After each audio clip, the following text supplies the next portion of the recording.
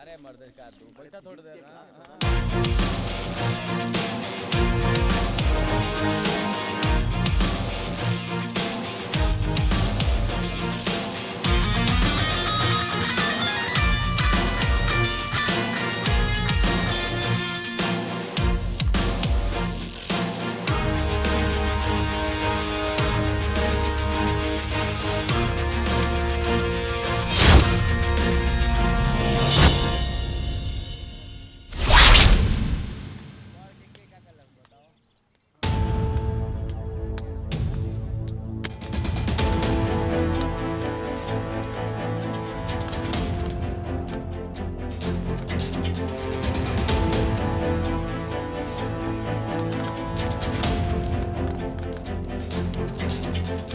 कार्य तोरा समझ में ना आइल। जवानी के बहुत जोश चढ़ल बा का। वो दिन उतना पिटैले फिर भी ना समझ ले। ना ना समझनी।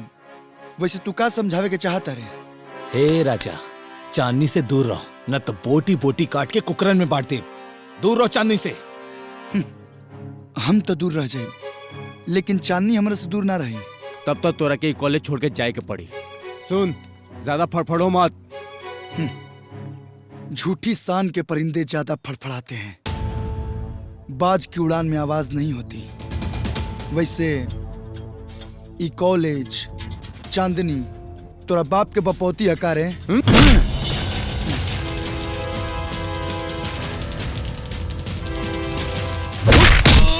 भैया गलती हो गई, माफ कर दो। चांदनी तोहरे बाड़ी ले जा उनकरा के। भागे जैसे ने तो बड़ा मार खाई में।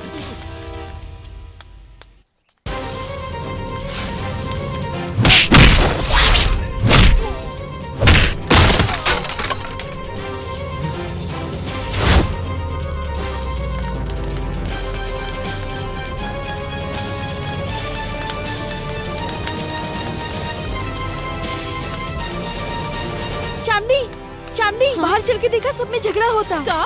बाहर चल। आवा।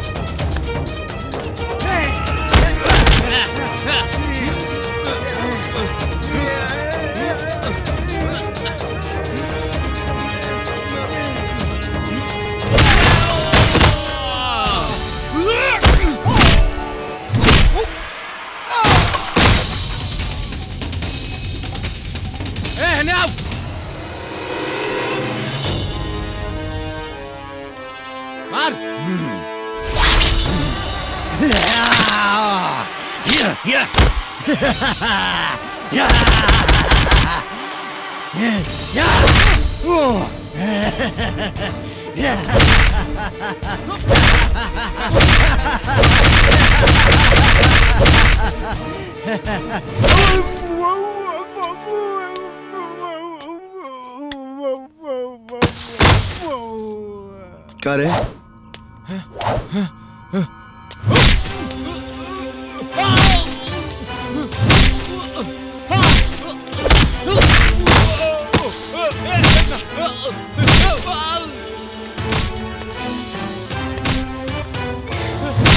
रंगदारी करता रहे।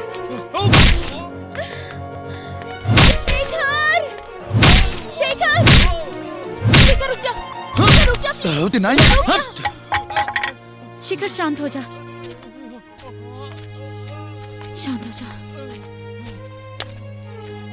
सर देखिए, विक्रांत मेरे साथ तो बदसलूकी करता ही था और अब शेखर के साथ भी मारपीट। देखो विक्रांत, तुमने दोबारा फिर गलती की। अगर फिर से ऐसी गलती की तो तुम्हें कॉलेज से निकाल कर बाहर कर दूंगा। भाग जाओ यहाँ से।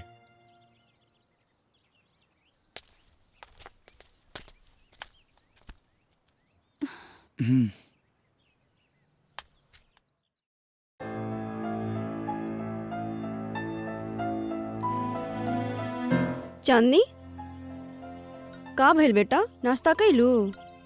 ना माँ, भूख नहीं खे हमरा के। काहे? कॉलेज में कुछ खैलू है का? कुछ बात हो तो बताओ ना बाबू, का बात बा? माँ, हमरा के शेखर के चिंता हो रहल बा। महू बहुते अच्छा लड़का बा, पढ़ाई में भी सबसे बढ़िया बा और बहुते शरीफ भी बा, लेकिन आज वो हमरा से गलती से टकरा गइल और विक्रांत ओकरा के बहुत मारलस। तोरा के पता बा माँ, विक्रांत हमेशा हमार पीछे पड़ल रहेला, हमरा के तंग करेला और अब तो वो दोनों के बीच बहुत ज्यादा लड़ाई हो गइल बा। हमरा चिंता हो रहल बा कि विक्रांत शेखर के कुछ कर ना दे। जौन लड़का तोहरा प्रतिष्ठा खातिर इतना लड़ल, ओकर चिंता करल अच्छी बात बा। तोहरा बात से लगाता कि वो लड़का बहुत दिलेर बा। सब ठीक हो जाई, तू चिंता मत करा। चला। ठीक बा माँ।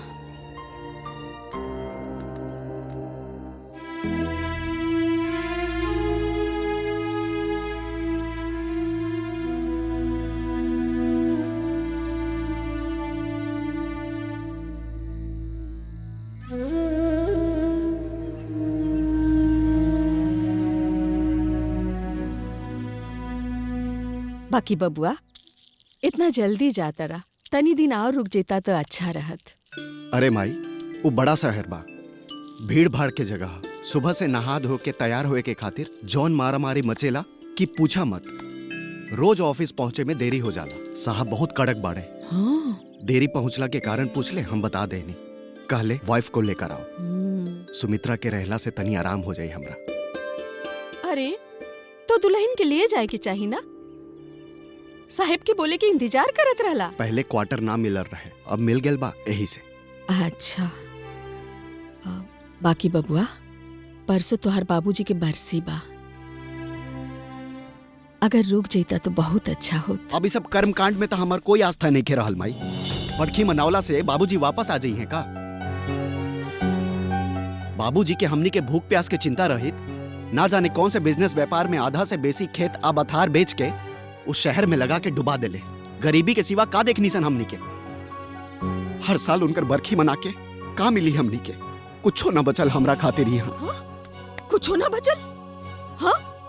अरे ये देख, तोर छोट भाई और ये अपंग बहन और हम, ये भानु काका, ये तोर बाप दादा के बनावल घर और बचल कुचल खेत खलियान और इतना सुंदर गांव समाज। तू कहता रे कुछ ना बचल? ए बबुआ, तोर बाबूजी ना तोर एक चुरवा तर्पण खातिर तड़पत होइए। अरे माई, जिंदगी में अगर तरक्की करे के बाद अब इस सब जंजाल से बाहर निकले ही के पड़ी। ए बबुआ, अरे आज तक तो हर पढ़ाई लिखाई सब कुछ अरे वो बाबूजी के बचल जमीने के भरोसे न भइल। तोरा शहर में एगो नौकरी का मिल गल, तू सब कुछ भुला गेला बबुआ। अब तू हमके काम सिखाए बा भानु काका, अपन काम करा।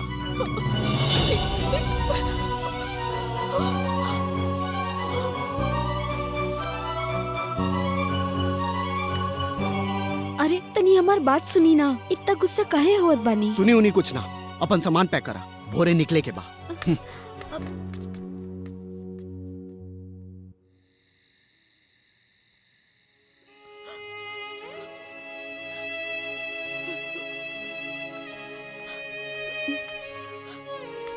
प्रणाम माई।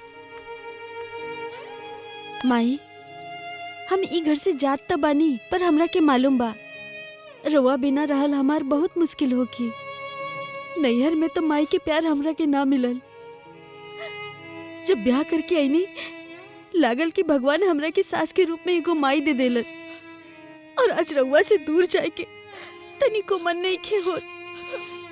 दुल्हन मन छोटा मत करो, तोहार जैसन पतो पाके हम तो धन्य हो गई। नहीं तोहार इतना सेवा सत्कार कइल हम जिंदगी भर ना भूलब बिटिया। दुल्हन शहर जाता लू, बबुआ के ध्यान रखिया, हमार चिंता मत करिया। हाँ हमरे संगे अविनाश, सुधा, ये लोग बाड़न ना। खुश रह। अविनाश, सुधा के और माई के ख्याल रखिया। और हाँ, गांव में कत्तो मत जाइया, केहू से मारपीट मत करिया, और रोज स्कूल पढ़े जाइया। ठीक बा? ठीक है। अरे सुमित्रा, कितना देर लगावत तारू तू? हो चुकल रोना धोना तो चला, टाइम नहीं है अपना पास, ट्रेन छूट जाएगी।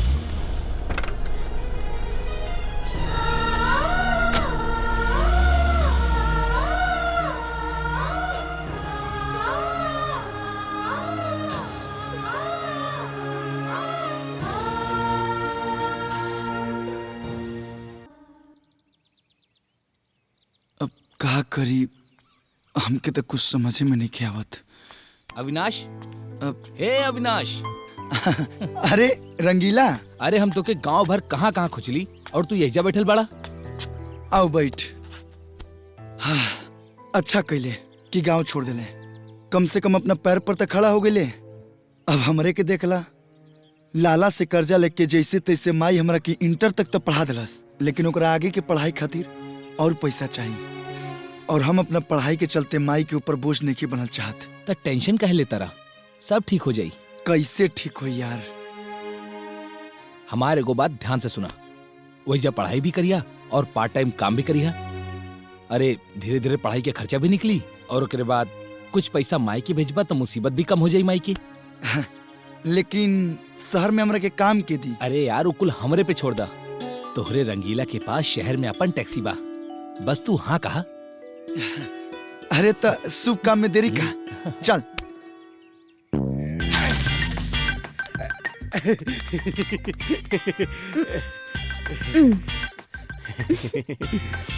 मुंह में पानी आ गई, हमरो मुंह में पानी आ गई।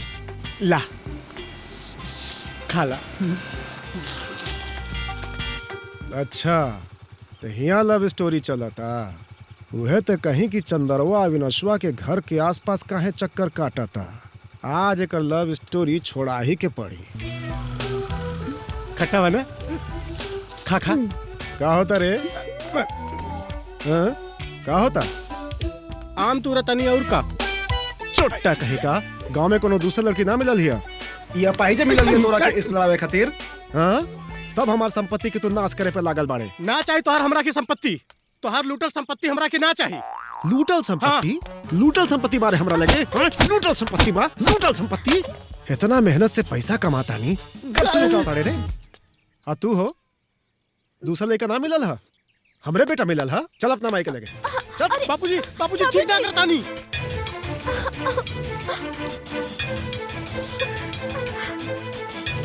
भाऊजी, अब पानी स्तर के ऊपर से गुजरता, संभाला अपना पाइज लड़की के।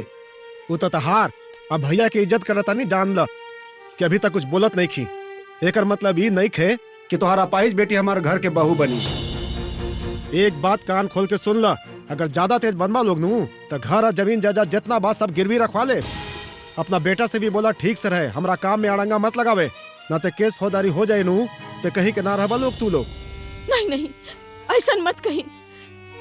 अरे हमने के ऊपर तो वैसे ही राहुल कर्जा और मुसीबत के पहाड़ टूटल बा, और सुधा और चंदन तो बचपने के साथ ही बाड़न लोग। अगर रहुआ के पसंद देखे तो हम वचन देता नहीं, हम सुधा के मना कर दे चंदन से मिले खातिर, और चंदनों के मना कर दे भी यहाँ आवे खातिर। हम आ गए नहीं माई। जा। ए माई, ऐसा कहे करत अरे, हम सुधा से मिले थोड़ा ही आइला, हम तो तोहरा से मिले आइला। बचपन में हमरा के कितना प्यार देलू। बापूजी तो कबो हमरा के खेलेबो ना कैले। माई अगर तैसे कहबे ना तो हम गांव छोड़ के चल जाब। हे बेटा, गांव छोड़ के कहाँ जेबा बेटा? एगो त बाड़ा, ये कहाँ पैच के चक्कर में पड़ल बाड़ा? हम तोहार बियाह नु भोजपुरी फिल्म के बढ़िया हीरोइन से करवाई। हम ना करब हीरोइन से बियाह। हीरोइन हीरो लोग से चपकल रहेला। हमरे खातिर सुधा ही ठीक बाड़ी। अरे चल ना बाबू, वो पैसा ढेर कमा ली सा। कहाँ तू पड़ल बाड़े एकरा चक्कर में? बैठे स्कूटी पे, चलो। सुधा से करा देम ना बियाह। सुधा से करा दी ना बियाह, करा दी ना। बाय बाय सुधा। हम जानता नहीं कि सेठ है का करे डाला। एकर मनमानी अब बर्दाश्त नहीं क्यों होत। जब ओकर कर्जा के नीचे अपन हाथ दबल बा तो ओकर बात बर्दाश्त करे के पड़ी। काहे करे के पड़ी? अरे जब वो कर्जा दिले बा तो हमनी के खेत भी ओकरा पास बा। अब कैसे हूँ करके खेत छोड़ावे के पड़ी। माई हम शहर जाके पढ़ाई करब और कुछ रोजगार करके भी कमाई। हमारे साथे रंगीला भी जाई।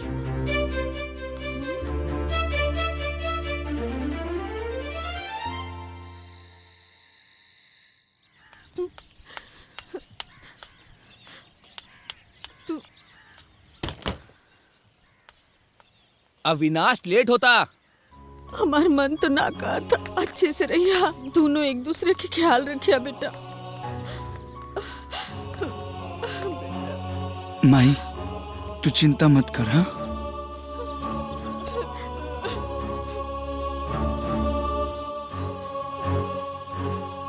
प्रणाम। प्रणाम। खुश रहा बेटा। खुश रह। प्रणाम। खुश रहा।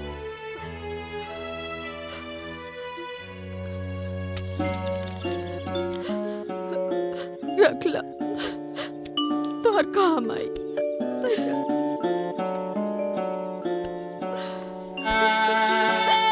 अपन ख्याल रखिए और माई के भी ख्याल रखिए।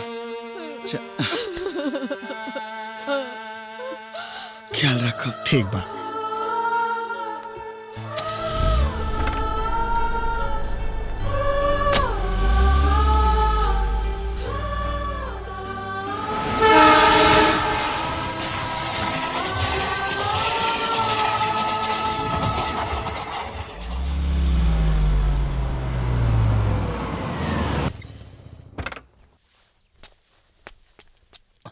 तू यही जे रुका। हम हाँ। सब मैनेज करके आवता नहीं। ठीक बा?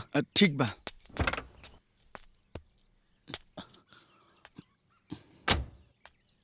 आवता नहीं। हाँ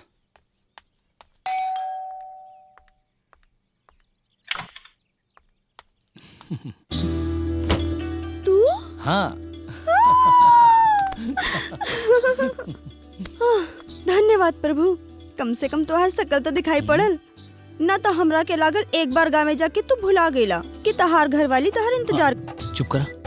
दीवार के भी कान हो खेला। काहे? हम केहू से डराई नहीं का? गलत कहा था नहीं। तू शादी ना कैले रहा हमरे से मंदिर में? हाँ कैले रहनी। फिर केकरा से डरात रहा तू? अरे बाबा तोरा बाप से। जब तक उनकरा सामने तोहार हमार शादी नहीं हो जात, हम तू प्रेमी प्रेमिका बानी। और देखा गांव से हमार साथे हमारे को दोस्त आइल बा। वो कुछ दिन यही जे रही, लेकिन ओकरा के नहीं पता कि हमार तोहार हो गइल बा। बोलत तो ऐसे बड़ा जैसे हमनी एक ही जगह रही लीजा। वो तो हम कितना दिन बाद सोचनी कि एहिजा आ जाई और साफ सफाई कर दी। बाकी तोहार दोस्त हमें ना, तो हम मना भी ना कर सकेनी। सच? जा बुला लेवा उनका के। ठीक बा, बुलाओ तानी। अविनाश तोहार मामला फिट बा, पूरा मैनेज कर दे ले बानी। ठीक ना? अब तू आराम से रही। कौन दिक्कत ना नू? अरे मर्दे कुछ दिक्कत नहीं, हम सब संभाल ले बानी। ठीक बा? चला आवा। चला आवा। ई हमार छोटा सा घर है। बढ़िया बा। चला आवा। हाँ।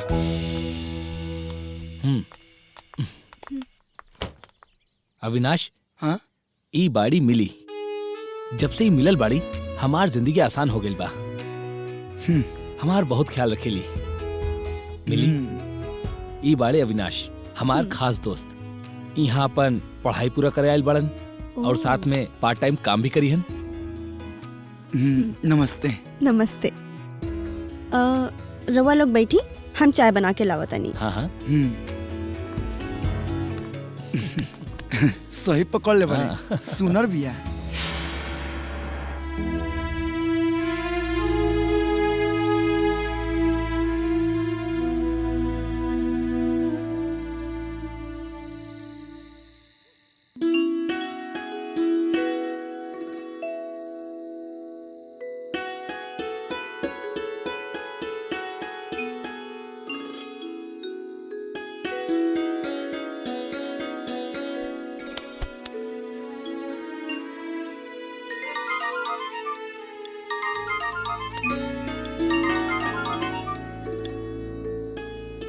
हेलो, का कर रहल बाड़ा?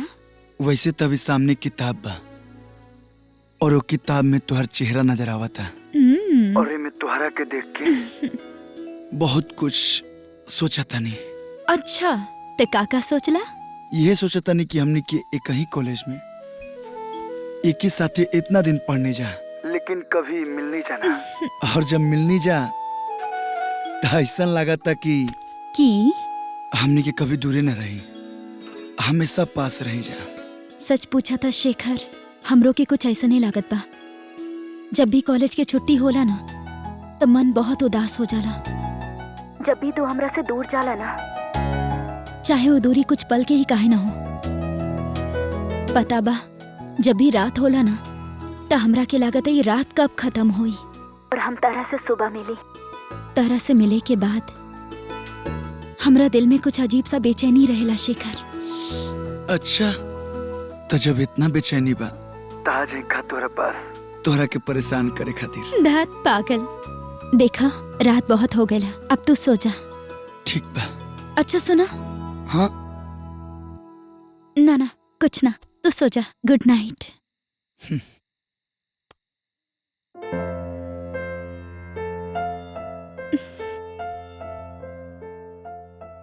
तब ई भइल के तोहार दिल जाके अटक गई।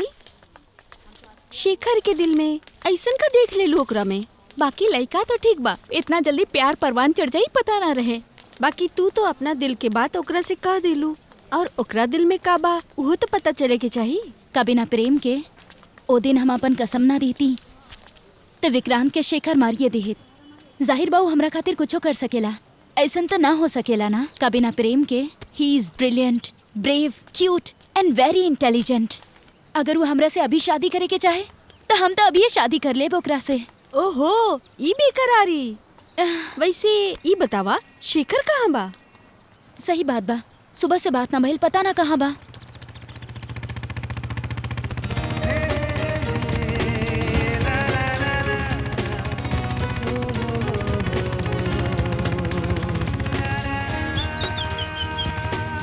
कब्बे से कहाँ रहला हा? बस तुहरे की खोजत रही। वाह वाह, हम तो यहाँ कॉलेज में रहनी, हमरा की कहाँ खोजत रहला? अच्छा चलो बैठा। लेकिन कहाँ? अरे बैठा ना। लेकिन जाए की कहाँ बा? बैठबू की खड़े खड़े सवाल पूछबू। Bye bye.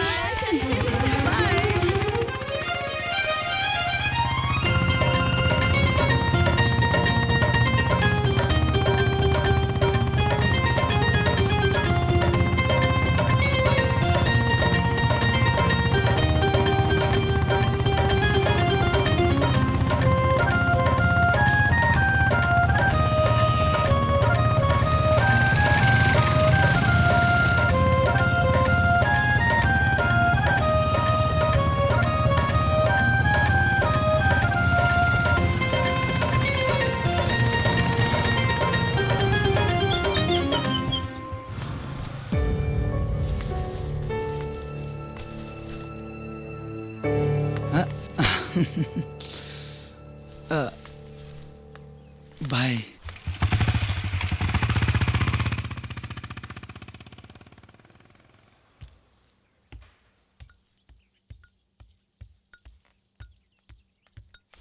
चांदनी, जी माँ। तहरा से कुछ पूछे चाहता नहीं। का बात बा? पूछी। तो शेखर के पसंद करेलू? हाँ माई, उहू तोहरा के उतने पसंद करेला? हाँ। बेटा, जब तहार बाबूजी हमने के छोड़ के गईले तब तू 5 साल के रहलू। हालांकि वो संपत्ति छोड़ के गईले हमरा खातिर, जैसे आज तक हमरा के कौनो चीज के कमी ना भइल। बस एके बात के चिंता रहल, तहरा पाले पोसे में कौनो ऊंच नीच ना हो। हमनी के खानदान बहुत इज्जतदार बा और नया उम्र के जोश में कहीं वो इज्जत माटी में ना मिल जाओ। यही से कोई भी कदम बहुत सोच समझ के उठैहा। माई, हम राउर बेटी हैं, हम ऐसन कौनो काम ना करब जेमे राउर सहमति ना होई। और माई, शेखर जौन बानू बहुत अच्छा लड़का बा। वो पूरा कॉलेज में सबसे अच्छा पढ़े वाला लड़का बा। और जाना ताड़ू, और कबो कबो गलत लइकन से बचावेला। वो कहाँ रहेला? ओकर पिता का करेले? ओकर पिता गांव के सज्जन किसान बाड़े और किसान एजा हॉस्टल में रह के पढ़ाई करेला। माँ, ओकर परवरिश देख के लागता कि ओकर खानदान ना बहुत अच्छा होई। अगर वो अच्छा खानदान से बा ता हमरा ना तोहरा पसंद से कोनो आपत्ति नहीं खे। माही, यू आर सो स्वीट। लेकिन हमार एगो शर्त बा। का शर्त बा? ओकरा हमनी के साथे रहे के हुई।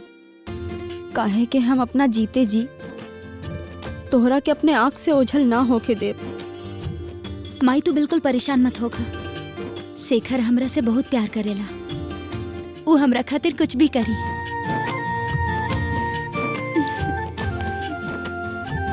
अच्छा चला।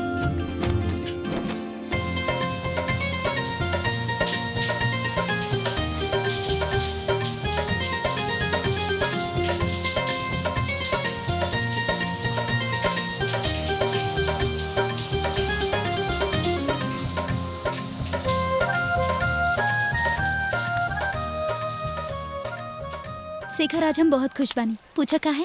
हाँ? काहे कि तू माई के बहुत पसंद बड़ा अच्छा। और उनके हमनी के प्यार पसंद बा। बाकी उनका एक एगो शर्त बाकी। अच्छा, एक सेकंड फोन। हाँ बाबूजी, गोड़ लगत नहीं। खुश रहा अविनाश बेटा। परसों तोहरा मम्मी और दादी के बरसी बा। जी जी याद बा। अविनाश बेटा, कल दोपहरिया तक तू घरे आ जाइया। हाँ हाँ ठीक बा, हम कल दोपहरिया तक पहुँच जाए। ठीक बा बेटा, आ जाइया। जी बाबूजी, प्रणाम। खुश रहा बेटा। का भइल? अरे वो हम भुलाइए गल नहीं कि परसों माई और दादी के बरखी बा। बाबूजी के फोन आल रहे, हमके जाए के पड़ी। ठीक बा। सुना, हाँ? आपन ख्याल रखिया।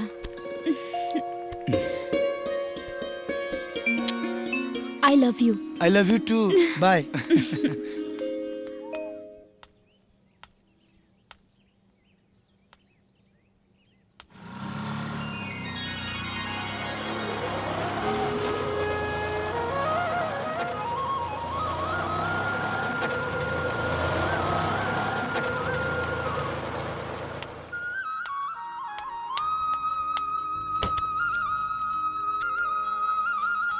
लिविया,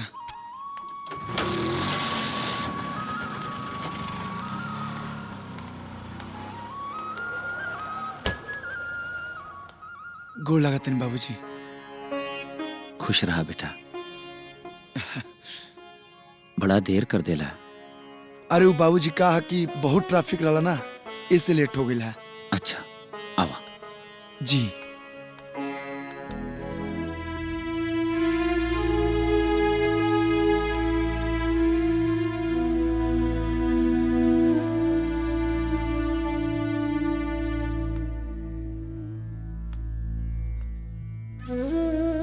तो आरमाई अगर आज जिंदा होखत ना तो तारा के देख के बहुत खुश होखत। लेकिन काल के आगे केकर चलल बा। तारा के नन्ही से उम्र में हमरा पास छोड़ के वो चल गईली। अच्छा कैला कि तू आ गईला। अभी परंपरा के आगे तहरा ही न चलावे के बा। देखा ना, एगो अजबे संजोग बा। तोहार मम्मी के और तोहार दादी के बरसी एक के साथे पड़ला। अब हमरा तो ऐसा लगता कि दादी जी और माई में बहुत प्रेम रहे। छोड़ा बेटा, जाए था। अब रुआ हमेशा ऐसे काहे करी ना। हमके लगेला कि रुआ अंदर बहुत तकलीफ बा और रुआ हमरा के बतावत नहीं की। अरे अब हम छोट नहीं की, बड़ हो गई बनी। बताई ना बाबूजी। समय आइला पे सब कुछ बताई। तू अभी थक गई लोग बा, जा आराम करा। जी।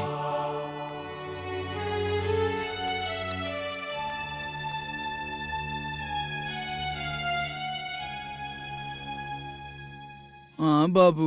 क्या कर रहा है मेरा बाबू? तुम्हारा बच्चा भी सो रहा है। इतनी जल्दी सो रहा है? इतना धीरे क्यों बोल रहे हो? अरे क्या करें, बगल वाले कमरे में बाबूजी सोए हुए हैं, तो आवाज सुन लगे ना, इसलिए फोन रखो। अच्छा था बा, उनको तो पता चले कि उनकर बेटा के इश्क हो गइल बा। अविनाश बेटा। अरे बाबूजी।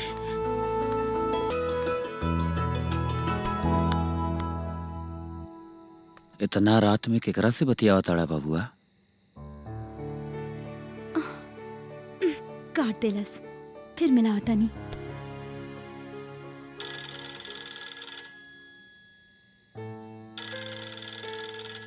अरे ए बेटा, केहू तोहरा से बतियावल चाहता। अरे ना बाबूजी, वो ऐसा ही। अब कंपनी वाले के फोन है।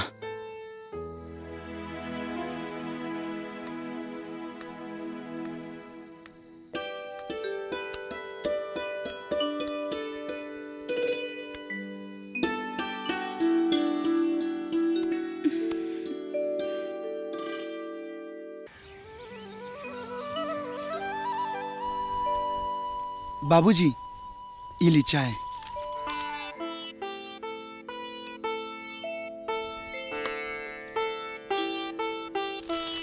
ये चांदनी की है? अच्छा अच्छा अच्छा, चांदनी। वो चांदनी हमार कॉलेज के दोस्त है। दोस्त कि और कुछ? अब बाबूजी, अब हमने के। शांत रहा। चांदनी के बाबूजी का करेले? बाबूजी बहुत बड़ लोग हा, खानदानी रईस हा। बड़ लोग बाड़े। जी। बेटा, अपने से ज्यादा बड़ लोगन से रिश्ता बहुत तकलीफ देला। हम ही कह चाहता नहीं कि अमीर लोग से जितना दूर रहबा उतना खुश रहबा। का कहता नहीं, हम कुछ समझनी ना। देखा बेटा, तोहरा माई के गैला के बाद से यह घर में सन्नाटा छायल बा। हम चाहता नहीं कि वो टूटे, लेकिन कैसे? प्यार कैल कोनो गुनाह ना हो। गुनाह बा अपन प्यार के चलते अपन परिवार के छोड़ल। जवन गुनाह हमरा से भइल। बाबूजी, साफ सब बताए रुआ कहल का चाहता नहीं। बेटा, हमार बचपन बहुत गरीबी में बीतल बा। गरीबी दूर करे खातिर हम शहर गईनी, जहां हमार माधवी से जान पहचान भइल। माधवी हमरा गरीब होखला के बावजूद भी हमसे बियाह करे के चाहत रहनी। उनकर प्रेम खातिर हम रात में टैक्सी चलावे लगनी। एक रात माधवी के कार खराब होखला के वजह से उनका के घरे पहुंचावे गई नहीं। हम कुछ समझनी ना, रुआ कहल का चाहता नहीं। बेटा, जौन रास्ता पे तू चलत आ रहा ना, वो रास्ता से हमहू गुजरल बानी। तारा के आप बीती बतावता नहीं। बस बस बस। बाय। बाय।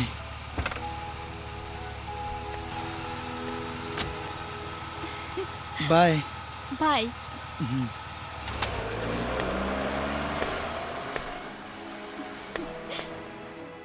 माधुरी, डैडी आप इतना जल्दी आ गए नहीं। चली अच्छा भाई, हमनी दोनों साथे मिलके डिनर कल जाई। Very nice. By the way वो टैक्सी वाला के रहे? डैडी ऊ हमार दोस्त बा अविनाश। माधुरी, तोहरा अपन खानदान परिवार हमनी के हैसियत के समझ बा कि ना तोहरा? काल अगर वो अमेरिका वाले चौधरी साहब हमरा से पूछिए तो हम का जवाब दे? वो लोग तो तोहरा अपन बहु मान के चल रहल बड़े। लड़का के काल बुलावा, हम ओकरा से बात करे के चाहता नहीं। ओके डैडी।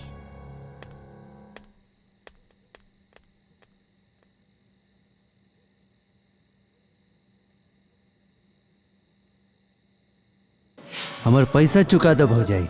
बाकी अपाहिज लड़की से के बियाह करी? देखा तानी कौन राजकुमार आके तोहरा बेटी से बियाह करता। बापू, हम करेंगे सुधा से ब्याह और सुधा बनी राउर बहू। ये अपाहिज मिलल है तोरा? हाँ बापू। बापू चोट्टा कहे का गाँव में कोनो दूसरा लड़की ना मिलल है?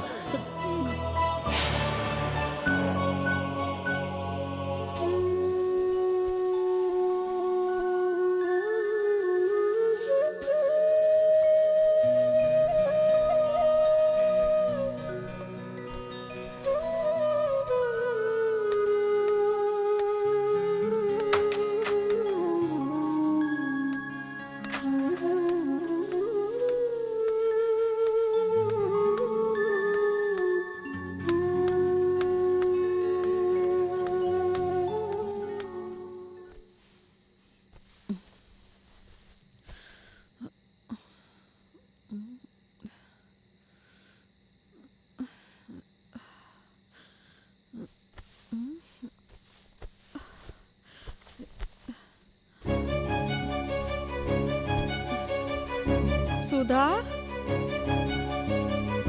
सुधा कहाँ चल गई लड़की?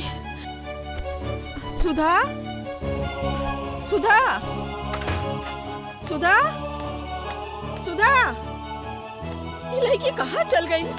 सुधा, हे भगवान, ये लड़की। भानु, ए भानु, आवा। हम अलकिन का भइल? सुधवा कहाँ चल गई? पते नहीं के चलत।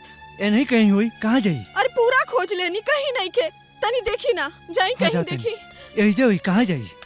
सुधा, ए सुधा, सुधा। मलकिनी, ए मलकिनी, मलकिनी, का मलकिनी? का भइल? ये बबुनी के कपड़ा नदी किनारे मिलल बा। हमरा बुझाता बबुनी नदी में। ना,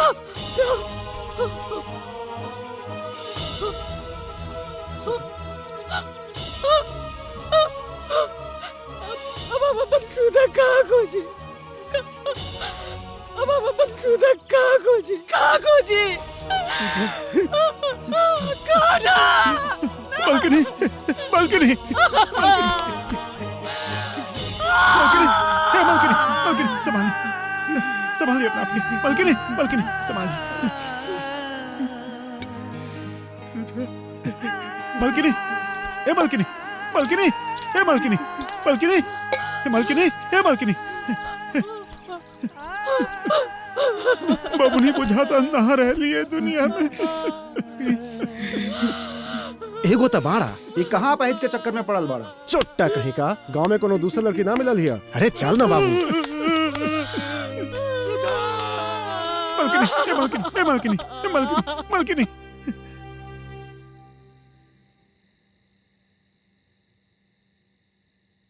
तो तू उहे बड़ा जे हमार भोली भाली लड़की के अपना प्रेम के जाल में फंसा ले बा।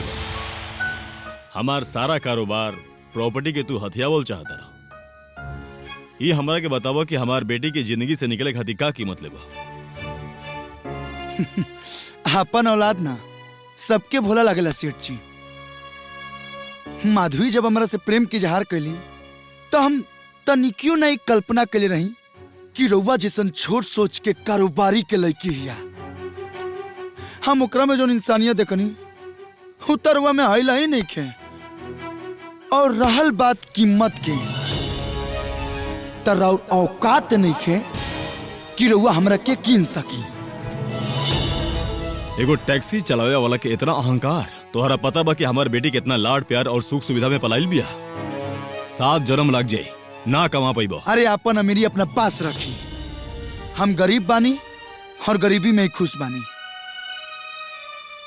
अगर माधवी हमारे से प्रेम करत हुई है तो हमारे गरीब घर में भी पीछे पीछे आई हैं। अगर ना आई हन तो हम समझ जाए कि हमारे से झूठा प्रेम करते रही। Get out from here, get out from here. चिल्लाई मत, ना तो नरेटिया फाट जाए। गरियावे हमरो आवेला, लेकिन हमने के माई बाबू इस संस्कार नहीं देने कि बड़ से हई से बात कल जाओ। डैडी, अविनाश के अपमान करे खातिर ओकरा के एहिजा बोलवले रहनी, ई ठीक ना कहनी। एक बात रउआ कान खोल के सुन ली, हम शादी करब तो अविनाश से ही करब। अविनाश, अविनाश, अविनाश, गांव से फोन आयल रहे, तोरा के गांव जाके पड़ी, बहुत अर्जेंट बा।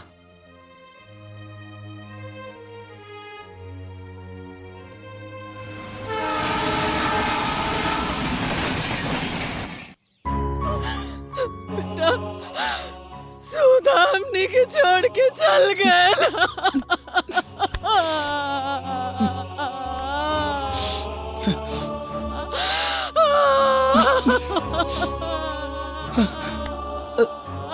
माई, हम बानी ना, हम तोरा साथे रहब। हाँ, हम शहर ना जाए, हम एजे कोनो काम कर लेब, हम एजे रहब।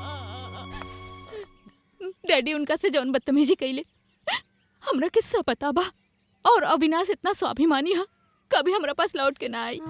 आपसे एक विनती बा, हमरा के ओकर पास ओकर गांव ले चली, ना तो हम मर जाई। हमरा के ले चली ओकरा पास, प्लीज प्लीज। हमके एक बार अविनाश के पास ले चली, एक बार अविनाश के पास ले चली। Thank you. चला आवा। आपको अविनाश का इस तरह से अपमान नहीं करना चाहिए था। मैं उसके बिना नहीं जी सकती, इसलिए मैं उसे ढूंढने जा रही हूं, और तब तक नहीं लौटूंगी जब तक अविनाश आने को तैयार नहीं हो जाता। जय, विजय। जी मालिक। तोहरा लोग के कहले रही ना कि माधुरी पर नजर रखिए लोग। ये क्या कहिला? नजर बराबर रख ले रही, पर पता नहीं कहते। मालिक, मैडम के गाड़ी तो बंगले पे बा, बाकी हमनी के नजर तो बराबर रख ले रही। मैडम पता नहीं कौन थे, बिलते निकल भाग गए नहीं। Shut up. हुकुम सिंह। जी मालिक। अब हम अपन बेटी के कहां खोजी? पता ना ओकरा पीछे पीछे कहां चल गई हुई। अगर हमार बेटी ना मिलल तो दोनों के खाल खींच के भूसा भरवा दे और टांग दे घर में लोमड़ी के पास। हम समझ गए नहीं मालिक की बिटिया रानी कहाँ गैल हुई हैं। जरूर वो अविनाशवा के साथ गैल हुई हैं। चल फोन दे।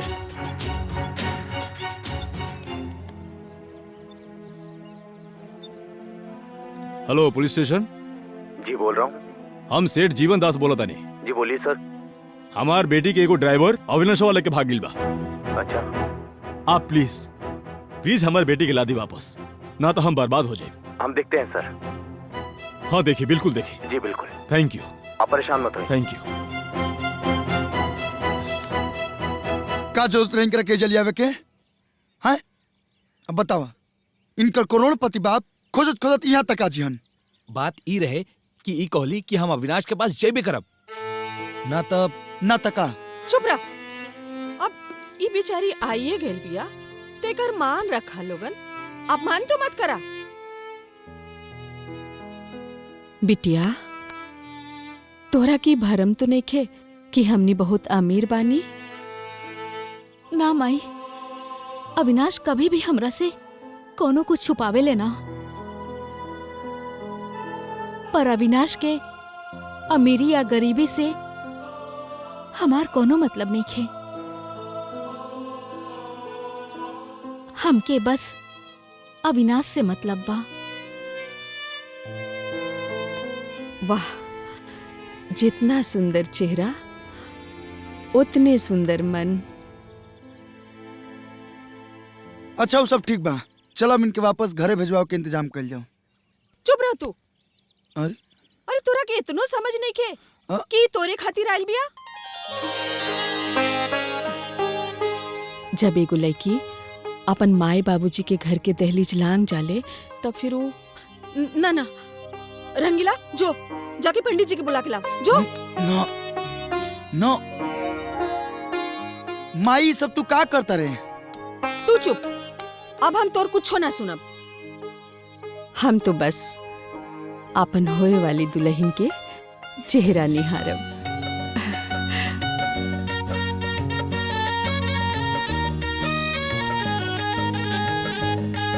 ओम मंगलम भगवान विष्णु मंगलम गरुड़ध्वजा मंगलम पुंडरीकाक्षाय मंगलाय तनोहरि। ओम पूर्णमदः पूर्णमिदं पूर्णास्य पूर्णं गच्छते पूर्णस्य पूर्णमादाय पूर्णमेवावशिष्यते। वक्रतुंड महाकाय सूर्यकोटि समप्रभा निर्विघ्नं कुरु मे देव सर्वकार्येषु सर्वदा। ओम पूर्णमदः पूर्णमिदं पूर्णास्य पूर्णं गच्छते पूर्णस्य पूर्णमादाय पूर्णमेवावशिष्यते। ओम शांति शांति शांति। सर्वे भवन्तु सुखिनः सर्वे सन्तु निरामया सर्वे भद्राणि पश्यन्तु मा कश्चित् प्रभात भवेत्। चलिए फेरा लीजिए।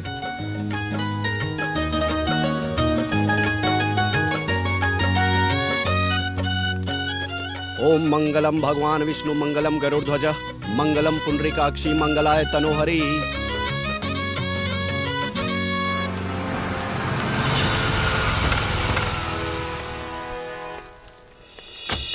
चलिए सिंदूरदान कीजिए।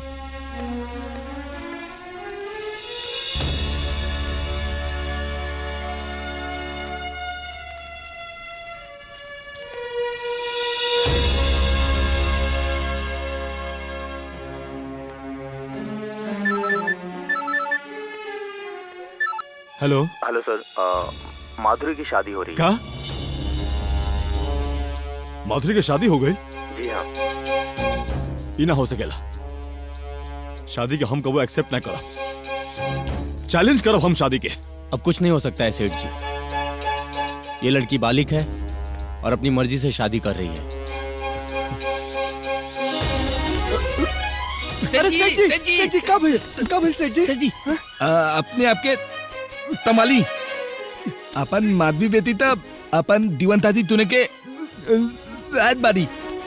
चुप कर बेवकूफ। एजा हमर जिंदगी के पड़ल बा और तू लोग के लायक के पड़ल बा। ओकरा तू ही लोग मिलके भगोले बड़ा। दफा हो जा लोग एजा से। दफा हो जाना तो मुआ दे। जा यहाँ से।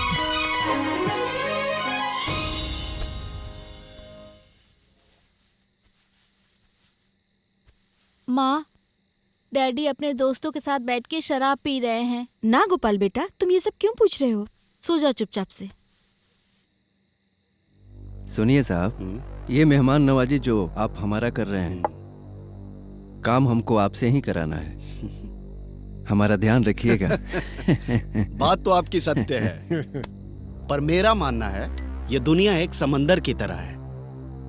आप जो फेंकोगे वही वापस लौट आएगा। मेरी मेहमान नवाजी और आप सबों की मेहरबानियों की जर्रा नवाजी। एक साधारण सी छोटी सी सरकारी नौकरी से क्या काम चलता है? देखिए प्रभाकर साहब, मैंने जो वादा किया था वो मैं आपको दे चुका हूँ। मेरी होटल वाली जमीन का मामला है। हो जाएगा, हो जाएगा। आपका काम समय से हो जाएगा। बस आप मेरी झोली को भरते रहिए। बिल्कुल बिल्कुल, हम अपने वादे से पीछे नहीं हटेंगे। हो जाएगा, हो जाएगा। आप सबका काम हो जाएगा। ये लीजिए। अरे धन्यवाद। चलते हैं। चलिए बाय।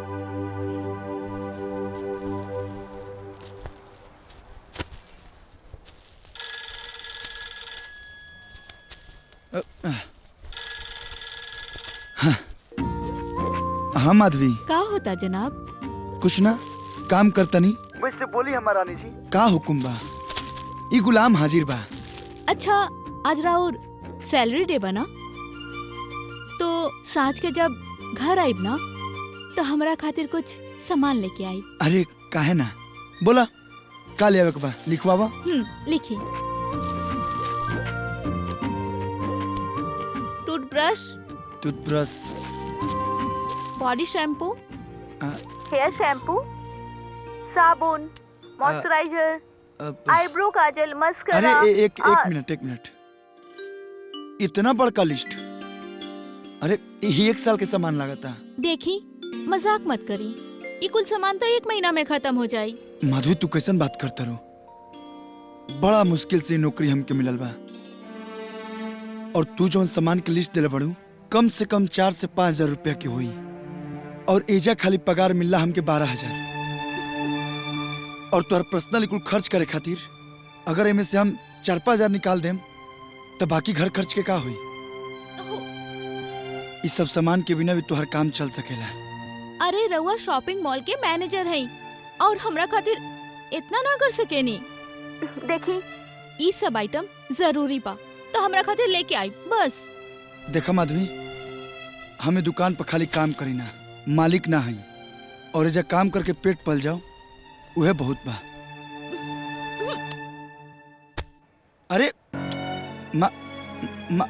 हेलो माधवी,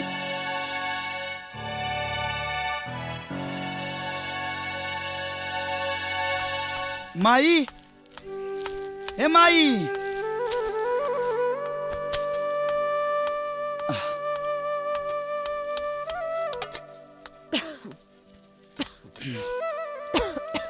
ई ले माई, ई महीना के सैलरी।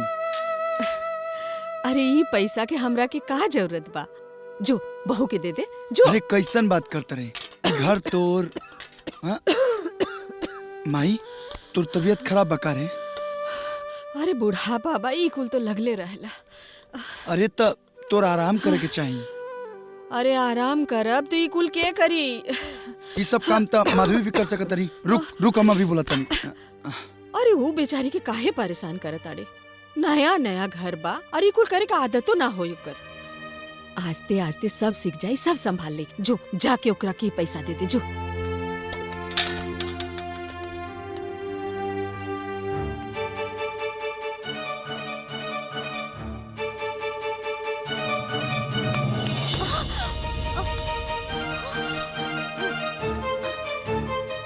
अविनाश, हाय देखा, तारा बुझात नहीं के कि माई के तबीयत खराब बा और फिर भी माई घर के काम करती है और तू घर में बैठ के आराम फरमा उतरू। तो आराम कल कोनो गुनाह बा का? हाँ, जब घर में माता पिता वृद्ध और बीमार होकस तो घर में बैठ के आराम कईल गुनाह है। चल अविनाश, छोड़ दू लाइन के हाथ। अरे ई कुल का करे ताड़े? कमा तो होइए गइल ना, छोड़ हाथ।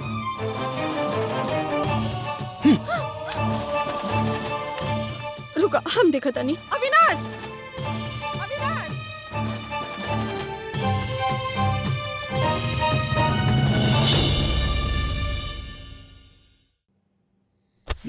हाँ। अब का ले आइल बानी हमरा पास? अपन धन के नाराजगी दूर कईल भी तो हमार जिम्मेदारी बना। चापलूसी करे के कोनो जरूरत नहीं है। सैलरी तो माई के दियाइल बनी ना, और हमार सामान भी सब ना आइल।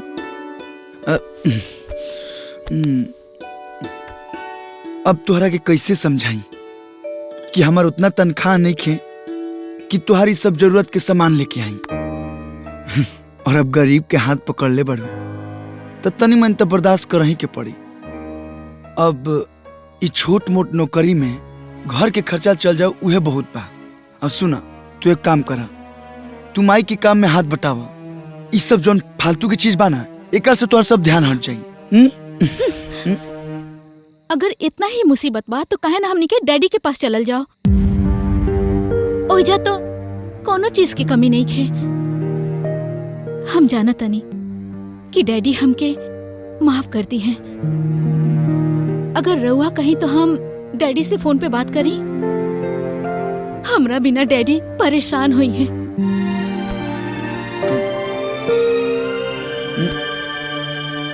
मने तोहरा कहे के मतलब बा कि हमनी के अपन सुख खातिर यहाँ अपन माई के छोड़ के चल जाऊं? ना, ये हम ना कर सकिला। हम बुझ गए नी, हम रउआ से प्रेम करके अपन घर द्वार छोड़ के एजा रउआ पास आ गए नी। रउआ रउआ हमरा खातिर कुछो ना छोड़ सके नी। राउर मन में हमरा खातिर तनिको प्रेम नहीं के, तनिको प्रेम नहीं के। अब ऐसा मत कहा माधवी, हम तोहरा से बहुत प्यार करीना। अरे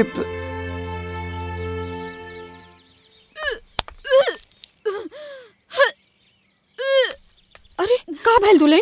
अरे उल्टी होता, कुछ उल्टा सीधा चीज खा ले लुका। रुका, हम अविनाश से दवाई लावे कहतनी। अविनाश, अये अविनाश। ना माँ जी, दवाई ना, हमके खटाई खाए के मन करता।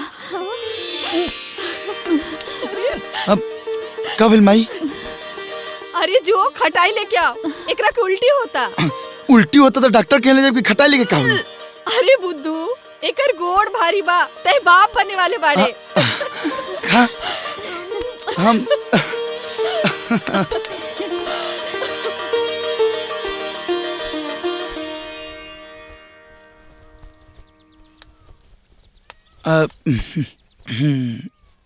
ई टिकोरा। एगो बात जानता रू, माई ना बहुत खुश बिया। और तू? अरे हम तो इतना खुश बनी, इतना खुश बनी कि हमरा पास शब्द नहीं खे। सच? मुच्ची। तो रवा से वो बात कही? हाँ बोला। आज सुबह हम डैडी से फोन पे बात कैले रही। डैडी के हमनी के शादी मंजूर बा।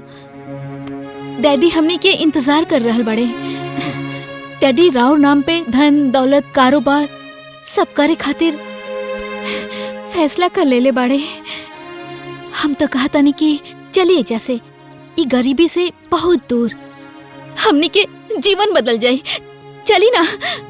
अच्छा तई तैयारी हो रहा बा कि हम अपना बुजुर्ग बीमार माई के छोड़ के और तुम्हारा डैडी के घर जमाई बन के उनका कारोबार संभाली और इजा हमार माई 2 वक्त के रोटी खातिर लाचार हो जाओ।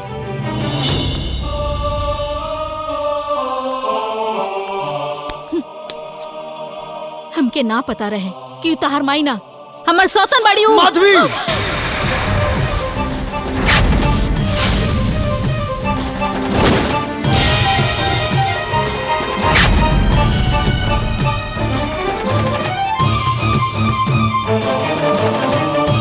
और न तो का आज सच बोले से हमरा के कोई ना रोक सकेला। जब से हम ई घर में आइल बानी तब से गरीबी के रोना सुन सुन के माई माई के रट से हमार दिमाग फट गइल बा। अगर अपने माई के इतने चिंता बा तो हर महीना कुछ पैसा उनके भेज दिहल करब। और का चाहे उनकरा? बस पैसा से माई के कर्ज कोनो जन्म में ना चुकावल जा सकेला माधवी। तो का तोहार दिहल गरीबी के चादर ओढ़ के तोहार माई के दिहल कर्जा के अपन नसीब मान के जिंदगी भर रोत रहब, ई हमरा से ना हुई। और एक बात कान खोल के सुन ली, अब हमहू माँ बने जा रहल बानी। आज से हम कोनो समझौता ना करब। आज से तोहार गरीबी में ना हम जियब और ना ही अपन होखे वाला बच्चा के ई गरीबी में हम आँख खोले देब।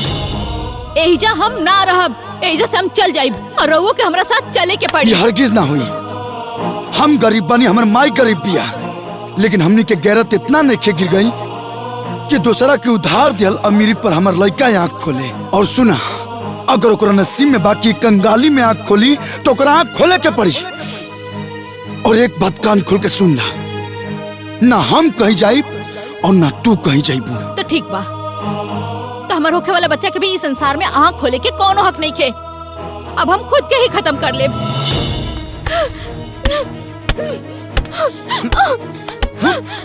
ये सब कहा? मर जाएदा, मर जाएदा, मर जाएदा।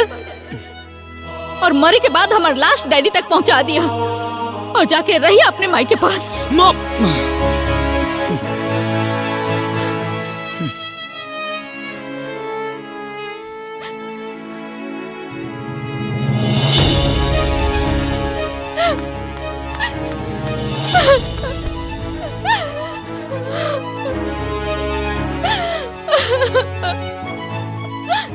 माई, माई, हाँ, हाय देखा, हम पूरा घर भर खोज देनी आ तू एजा आके बैठल बड़ू।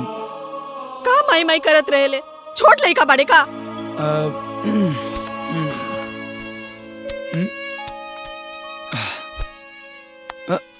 ई रहल महीना के तनख्वाह। ई तनख्वाह हमरे हाथ में काहे देवाला? अपन मेहरारू के हाथ में दा। जा ला। ये अपने पास रखूं। अब तोरा रहते अभी तनख्वाह माधवी के हाथ में तब तो कैसा लगी? तो हम मर जाए तब देबा ना, तो समझा हम मर गई नी। ला ई तनख्वाह नहीं के दा और दोनों प्राणी संभाला ही घर गृहस्थी। हमरा के माफ करा लोगन।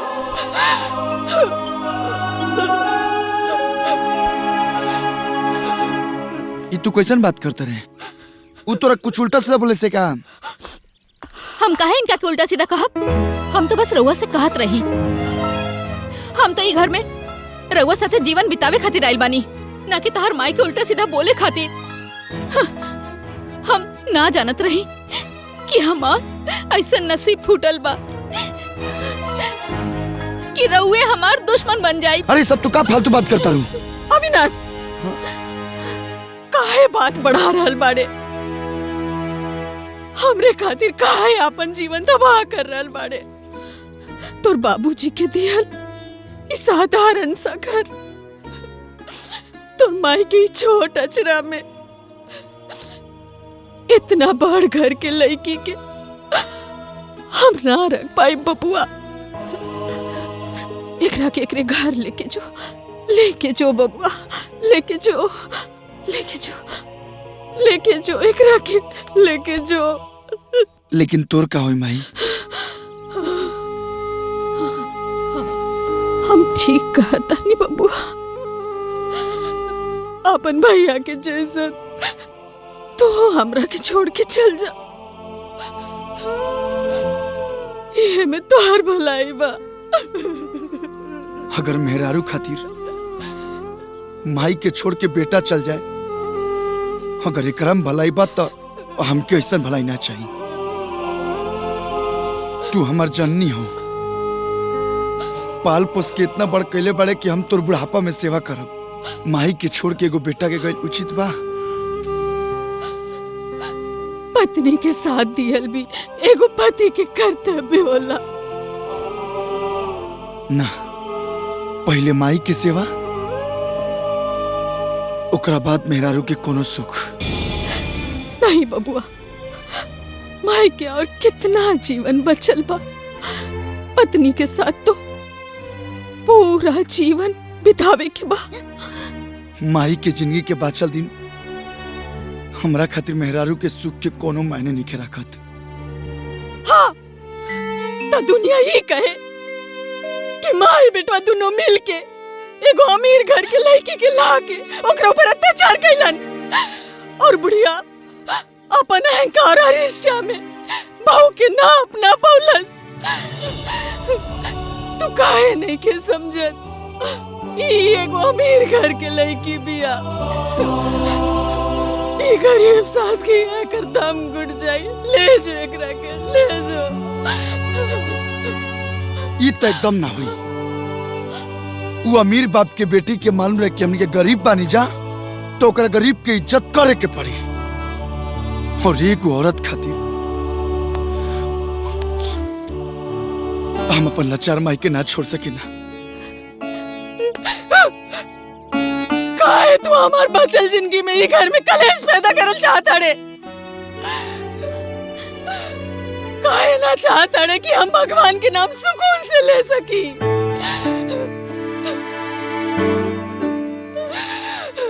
बबुआ, एगो बात कान खोल के सुन ले। अगर तू चाहता रे कि हम ही घर में चैन से मर सकी, तो एकरा के लेके जो।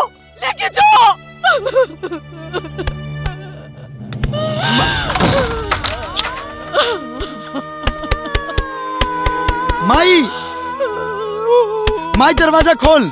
हे माई, माई, माई, माई, माई।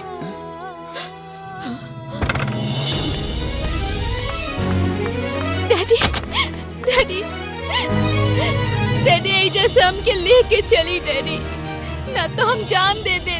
ना बेटा ना, हम आगे भाई ना, अब सब ठीक हो जाए।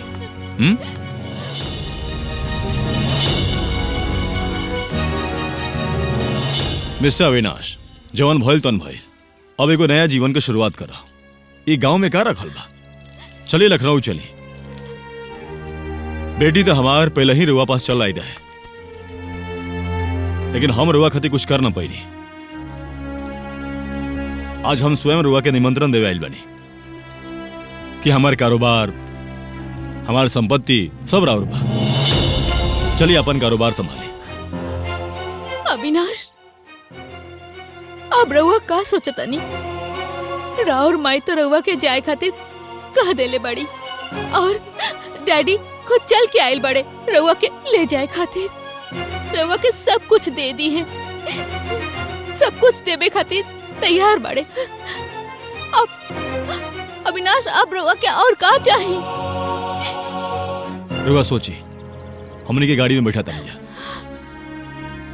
आओ।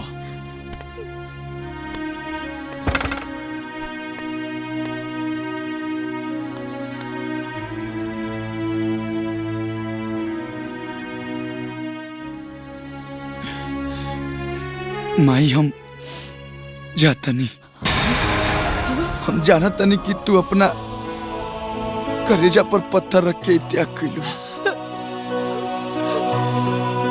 लेकिन जाए से पहले वो वादा करके जाता नहीं। जे हमनी माई बेटा के बीच में काटा के दीवार खींच ले बा, ओकरा के एक न एक दिन माई के ममता के पाठ जरूर पढ़ाई।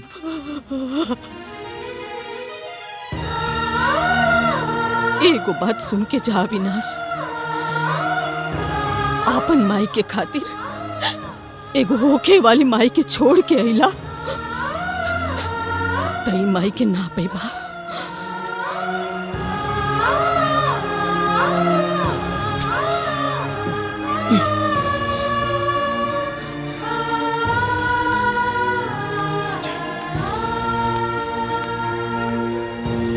रिश्ता नाता संस्कार अब हर इंसान भुलाइल, स्वार्थ के सब संगी साथी घोर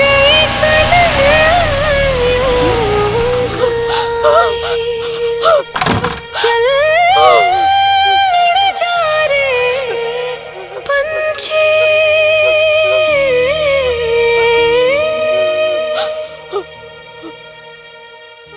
जी भी रहल हो सहारा, ओ हो ढाली हल किनारा, मनवा के करा से अब अपन सुख दुख बाटी, गुजरी में सिसकल ममता की माटी।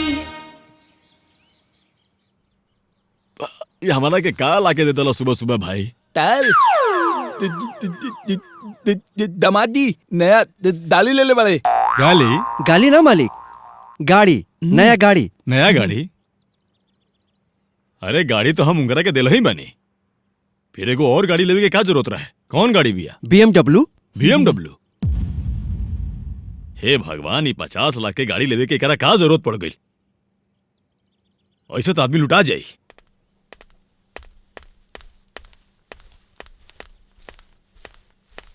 दमाजी एक मिनट, हम इतना महंगा गाड़ी पहले ही से रुआ के देले बनी, तो फिर ही गड़िया लेवे के क्या जरूरत रहे? अरे आखिर हम अमीरजादी माधवी देवी के पति हैं और करोड़ों में खेले वाला सेठ जीवनदास के इकलौता दामाद, और अगर हम 5-10 लाख की गाड़ी में चलब तर इज्जत माटी में ना मिल जाई। और हाँ, BMW बुक के ले बनी, कोनो एरोप्लेन ना। बिल आइल बा, बिल भर दे, हमारा फैक्ट्री पहुंचे में लेट होता है।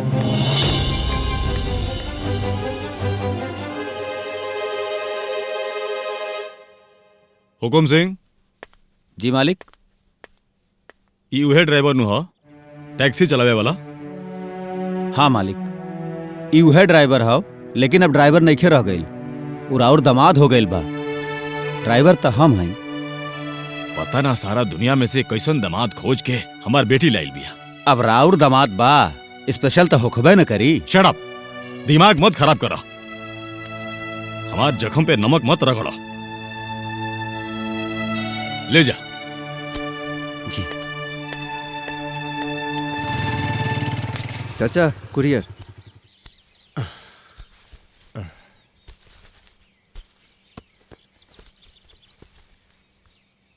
ली। ठीक बा, हम चलते नहीं। का बा भानु में? मलकिन है कुछ पार्सल आयल बा, देखी तो। तनी खोली ना। अच्छा।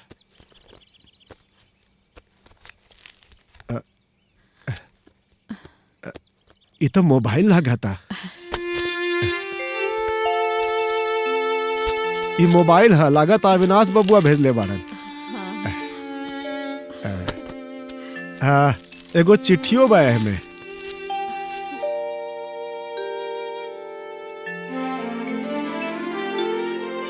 माही प्रणाम।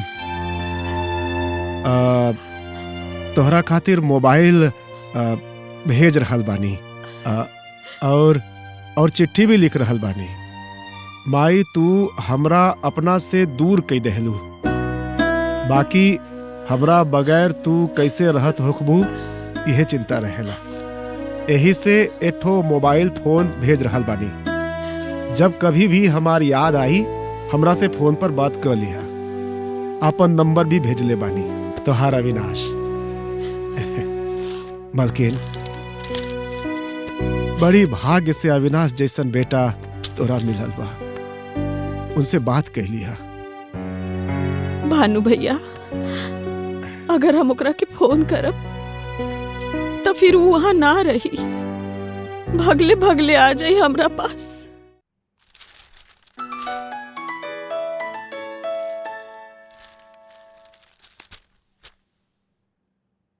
हेलो मालिक, मालिक सब बर्बाद हो गई। हैं? ये क्या कह रहा बड़ा?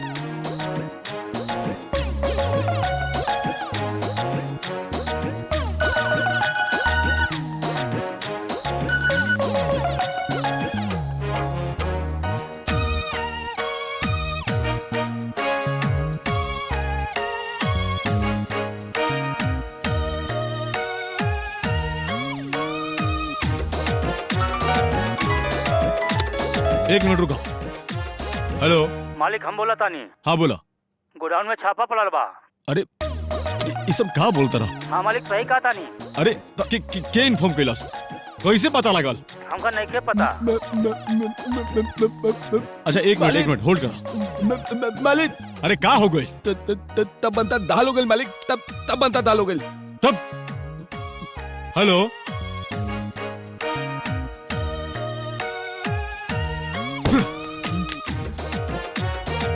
हुकुम सिंह। जी मालिक। कहाँ रहा? बर्बाद हो गई नहीं, लूट गई नहीं हम। ये हमार ड्राइवर दामाद हमार कारोबार के गाड़ी सरकार के ट्रक से लड़वा दिलस। अब तू लोग खड़ा होकर मुंह देखा हमार। सब खत्म हो गई। अब हम क्या करें? ये कौन आदमी के हाथ में हम अपन कारोबार दे देनी? अगर यह रवैया रहल तो देखते देखते हमनी सबके रोड पे लाके रख दी। आ तू सब लोग मुंह देखत रह जी हो। अरे कौन ऐसा धंधा बा जेकरा में कोनो हेरा फेरी ना होला? अरे कौन ऐसा बिजनेस बा जेकरा में लोग एने उने ना करेला? इतना ईमानदारी के मतलब अपन पैर पे कुल्हाड़ी मारल। अगर एकर नियत हमारा जरा भी पता रहित तो हम अपन बेटी के इमोशन में आके जरा भी ना भगती। सबकी जड़ी है बिया। लेकिन मालिक कुछ भी कही, राउर दामाद राजा हरिश्चंद्र के खानदान से ताल्लुकात रखेला। ऐसा दामाद कहाँ मिलेला? अच्छा, तू हरिश्चंद्र के नाती हव?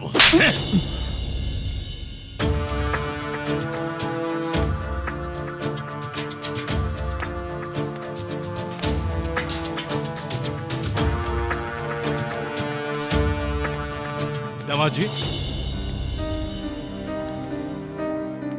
आखिर और हमनी से का दुश्मनी बा? हम रुआ के अपन बेटी देनी, कारोबार, कोठी, कार सब कुछ देनी। और छीन भी तलियानी, वो सब कैसे भुला जाई? का छीन लेनी? यह बात अपन जान से प्यारी बेटी से पूछी ससुर जी।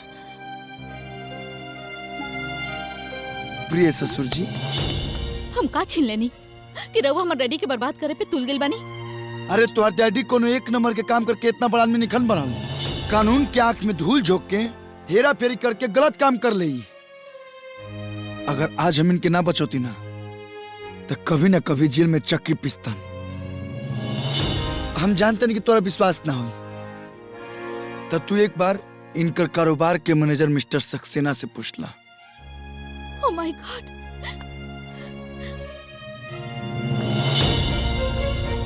डैडी ये सब कहा? हम तो रउआ के देवता समझत रही और रउआ कहाँ निकलनी? अरे ये सब झूठ बोल रहल बा। करे धोखेबाज सक्सेना, इतना साल हमरा टुकड़ा पे पल ले और ही सिला दे ले। जुबान संभाल के बोली जीवनदास जी, अब हम राउर ना आदरणीय अविनाश बाबू के मुलाजिम बानी। हाँ सेठ जी, आज से राउर कारोबार ईमानदारी से चली। शुरुआत हम कर दिले बनी, अब आगे आगे देखिए का होगा था।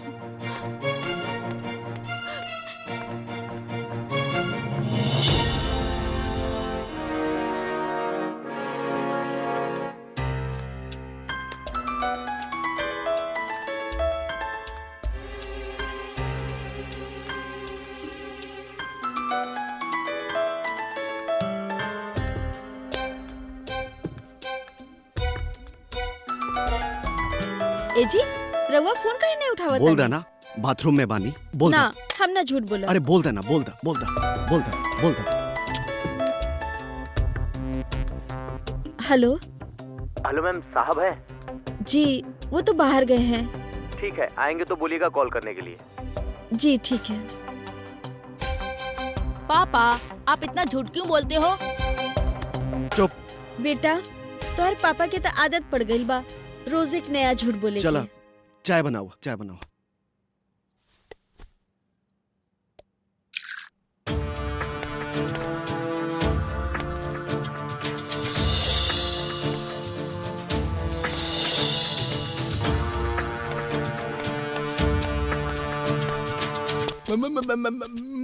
मालिक, एजा जितना लोग काम करला सबके बोलेबा। बिल्कुल। तोतलाल, हाँ, दोदल, विवेक, आ गए नहीं, बहादुर, तोतू, आओ आओ आओ आओ, चलो चलो, मालिक प्रणाम। मालिक तब लोग सब लोग आ गए? कब आ गए मालिक?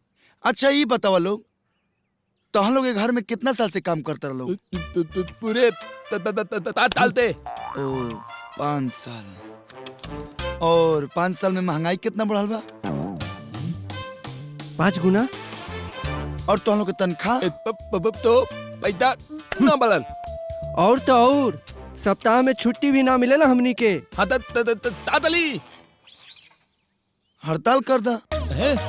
हड़ताल? अरे हम कहते नहीं हड़ताल करके अनशन पे बैठ जालो, हम तो लोग के साथे बानी। बोला मंजूर बा? मंजूर बा। तो चालू हो जालो। हमारी मादे पूरी करो। हमारी मादे पूरी करो। हमारी मादे पूरी करो। हमारी मादे पूरी करो। हमारी मादे पूरी करो। हमारी मादे पूरी करो। हमारी मादे पूरी करो। हमारी मादे पूरी करो। हमारी मादे पूरी करो। हमारी मादे पूरी करो। हमारी Stop मादे पूरी करो। ये सब का हो रहल बा? काहे इतना शोर मचावत रहा तू लोग? हम तब हड़ताल पे बानी, हड़ताल पे। हाँ, हमनी के 3 गुना पगार चाहिए, न तो हमनी के काम ना करब और दूसरों के काम ना करे दे। बिल्कुल सही बोले। तू लोग के दिमाग तो ठीक बा? बिल्कुल ठीक बा, लेकिन एक घर के लोग के दिमाग ठिकाना पर नहीं खे, ओकरे के ठिकाना पर ले आवे के बा। और सुना, जरा तमीज से बात करा, नहीं तो। अब हमरा समझ में आ गई कि बेहतर जीवन रवा के हजम नहीं होत। गरीबी के फटे हाल से निकाल के रवा के हम अमीरी के सर पे बिठा देनी, लेकिन रवा साबित कर देनी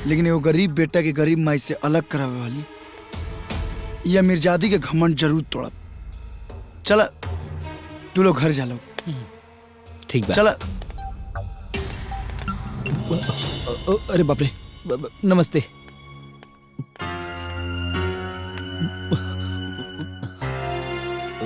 यकीन मानी हम आपकी बेटी के बहुत खुश रखब।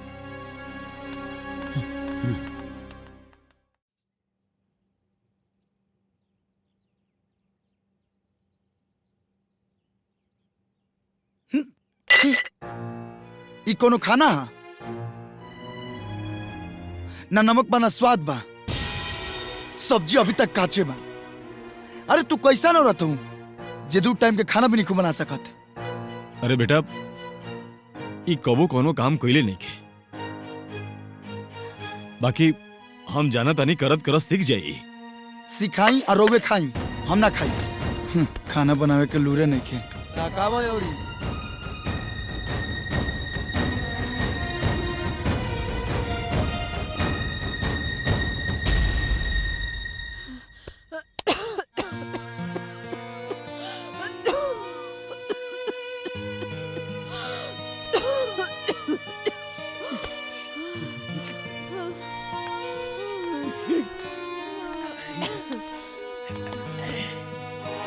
चंदर, अब बैठा बैठा बैठा।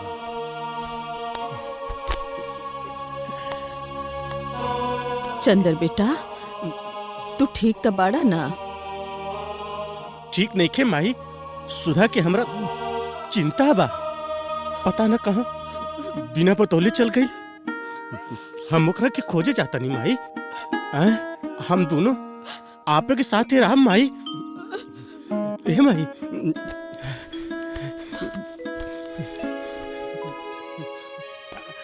हाई ले सुधा जाता ना तो के दे दिए माई। काहे रो तरे माई, काहे रो तरे? हम खोज के लाई, हम लाई माई। हे माई, काहे रो तरे?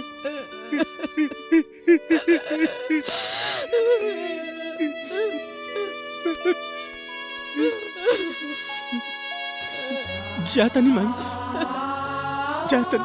अपन ख्याल रखिए माई।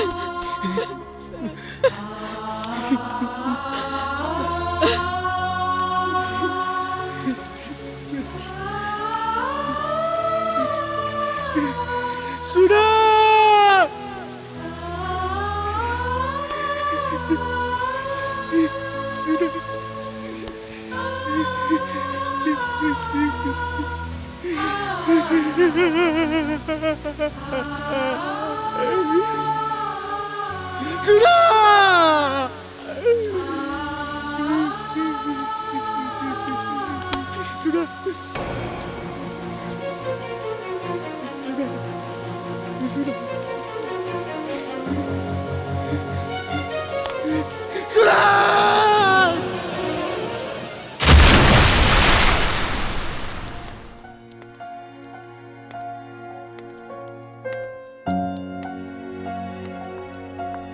बधाई हो, बेटा हुआ है।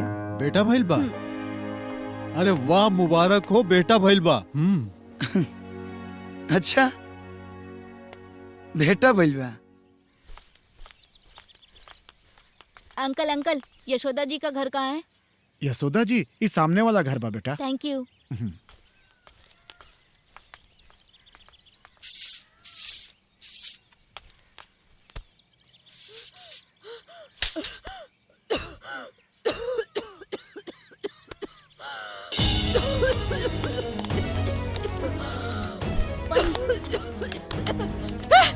पानी, दादी दादी पानी ले लीजिए, पानी पीजिए।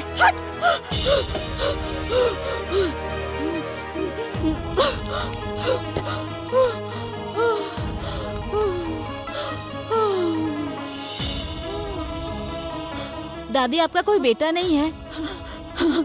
भान, हमार 2 बेटा बा। एगो बेटा पतोह के लेके चल गई,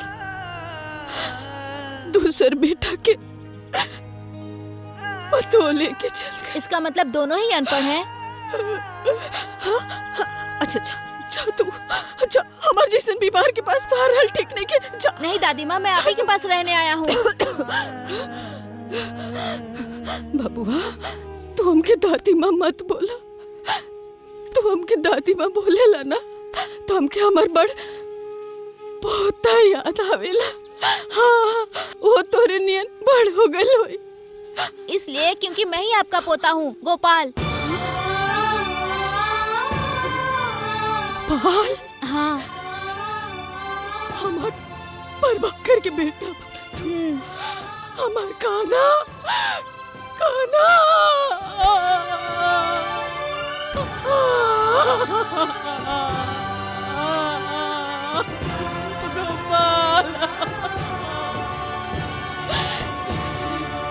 हाँ दादी माँ। हमार गोपाल गोपाल गोपाल हमार गोपाल गोपाल। दादी माँ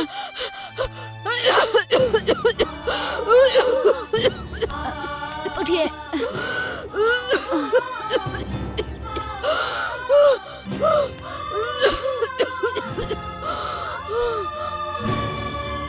लीजिए मैडम, दवा खा लीजिए। हम कहानी ना, हमके दवा ना चाहिए। हमके हमके हमार बच्चा लाके दे दे। हमके हमार बच्चा लाके दे दे एक बार, हमार बच्चा। कैसे ला कर दे दें? अविनाश बाबू तो वहाँ किसी को जाने ही नहीं देते। लीजिए खा लीजिए दवा। ना चाहिए हमके हमार बच्चा लाके दे दे।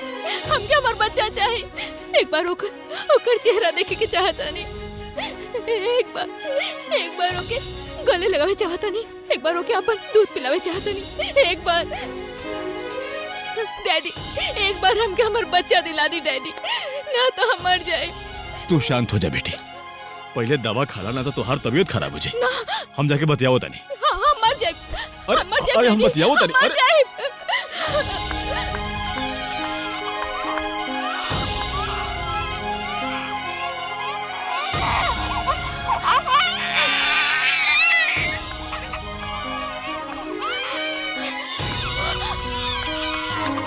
कहाँ बा हमार बच्चा? कहाँ बा हमार बच्चा? एक बार हमार बच्चा के मुंह दिखा दी। एक बार हमके हमार बच्चा के एक बार देखे हम दी। तो कहते ना हमार बेटा के पास आवे कौन जरूरत नहीं है, और तो हिमाकत कैसे भाई?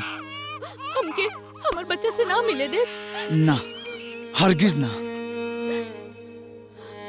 हमरा पर काहे इतना अत्याचार कर रहल बानी? काहे गो माई के करेजा दुखा रहल बानी? हमसे शिकायत बना आपकी। ठीक बा हमके भारी से भारी सजा दे दी, लेकिन हमके हमार बच्चा से अलग मत करी। ओकर चेहरा दिखा दी। हमके एक बार दूध पिलावे दी। एक बार, बस एक बार। तोर दूध पी के हमार बेटा में भी ना खुदगर्ज संस्कार पैदा हो जाए। तोर दूध हमारा बेटा खातिर जहर समान बा। ना ऐसा मत कही। ठीक बा, दूध पिलावे मत दी, लेकिन एक बार ओकर चेहरा दिखा दी, बस एक ना बार। ना मतलब होला ना।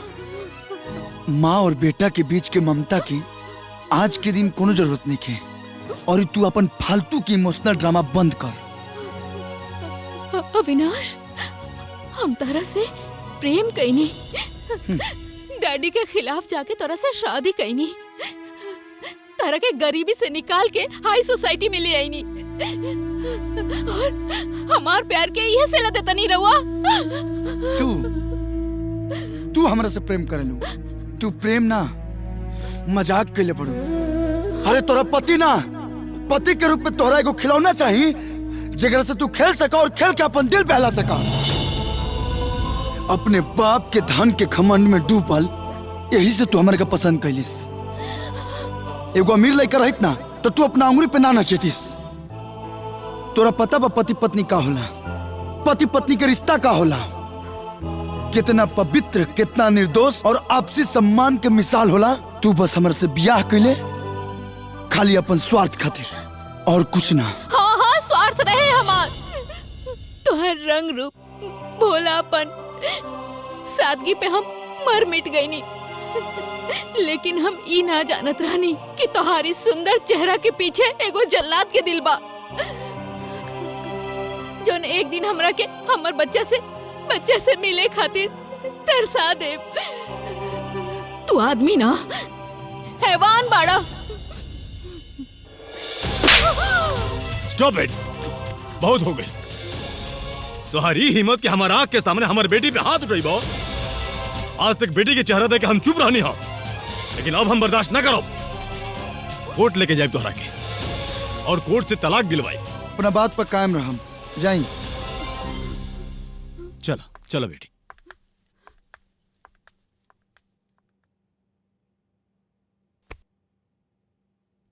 दुनिया पराया लागे अपनों पराया, साथ छोड़े लगल परिछइयों के छाया।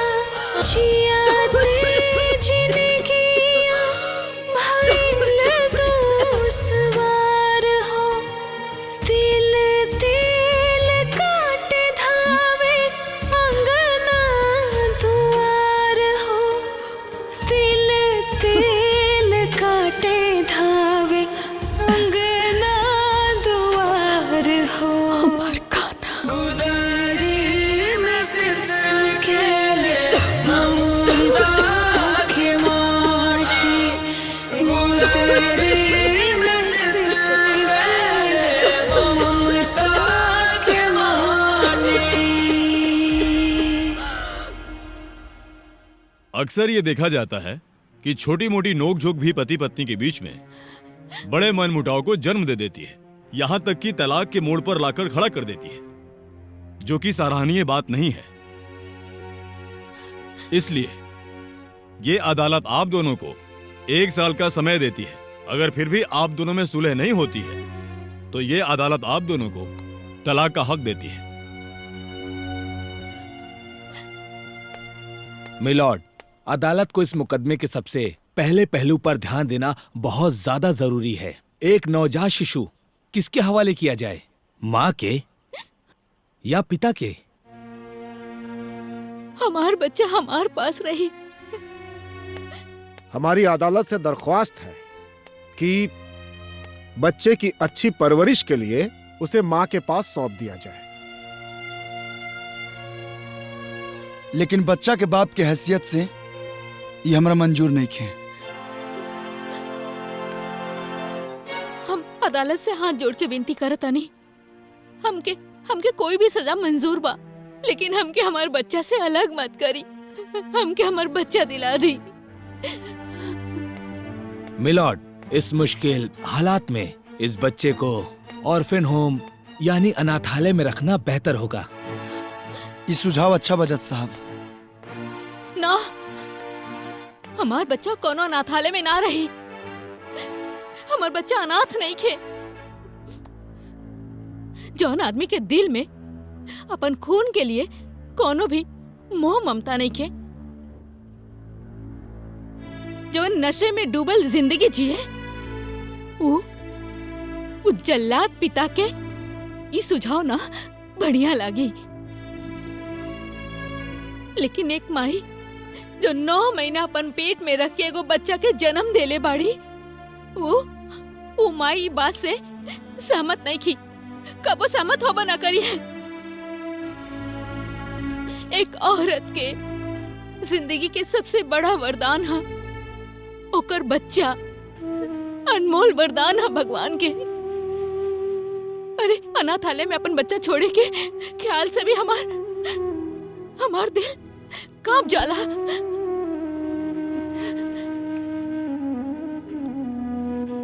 एगो कृपा करी जज साहब, अनाथालय से अच्छा हमार बच्चा के होकर पिता के पास रह दी। हम अपन दिल पर पत्थर रख ले। हाँ, ये सच बात है कि अपन जिगर के टुकड़ा से अलग होके हमार का हालत हुई हम नहीं की जानत। और अविनाश, एगो माई के ओकर बच्चा से कबो अलग मत करिहा, कबो अलग मत करिहा। और जवन तू कर रहल बाड़ा ना, पूरी दुनिया के सबसे बड़ा गुनाह है, सबसे बड़ा गुनाह। ऐसे गुनाह मत कर। हम तरह से हाथ जोड़ के विनती कर रहल बानी, विनती कर रहल बानी। बस बस यह बात दिन तोरा के समझावल चाहत रही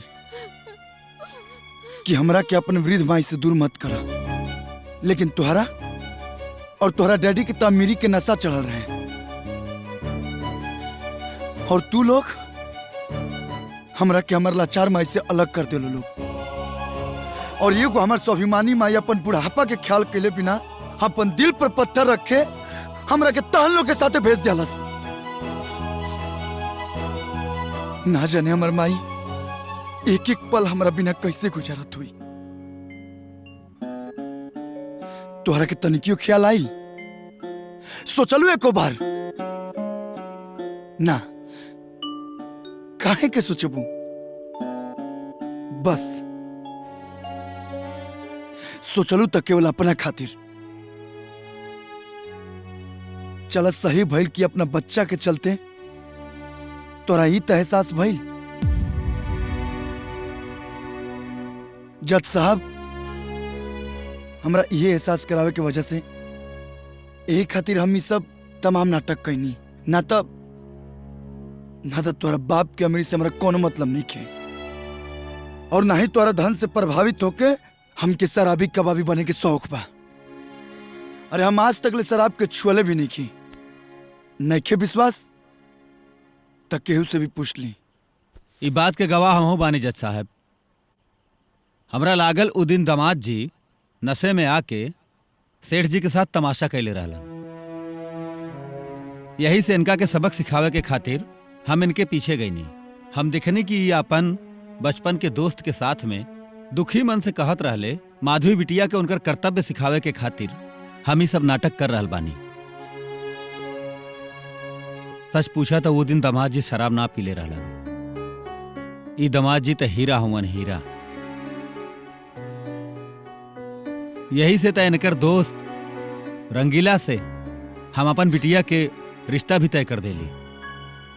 नमस्ते सर। और हाँ जज साहब, रिश्ता संभाले खातिर हमके साल भर के कौन जरूरत नहीं है। अगर हमार बच्चा रख लेला से इनकर अहंकार के संतुष्टि मिल जात होके तब बेशक कि हमार बच्चा रख ले। मगर सोची, जैसे ही अपन बच्चा से चंद दिन की जुदाई नहीं के बर्दाश्त कर सकत, तो अपन माई के हाथे पोसाई ये 25 साल के बेटा कैसे बर्दाश्त कर सकता। अब हम अपना माई की जुदाई नहीं बर्दाश्त करवा सकत।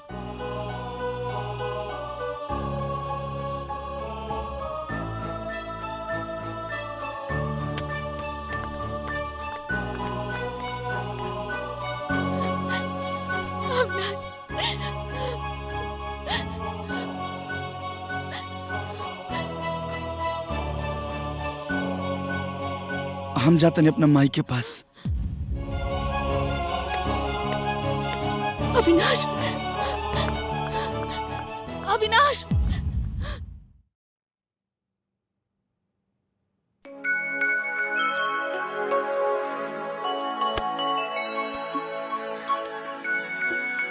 हेलो माँ, मैं गोपाल। गोपाल, तू कैसन बड़ा बेटा? माँ मैं ठीक हूँ, लेकिन दादी की तबीयत बहुत खराब है। आप जल्दी से गांव वापस आ जाइए। का भइल? दादी बहुत सीरियस है।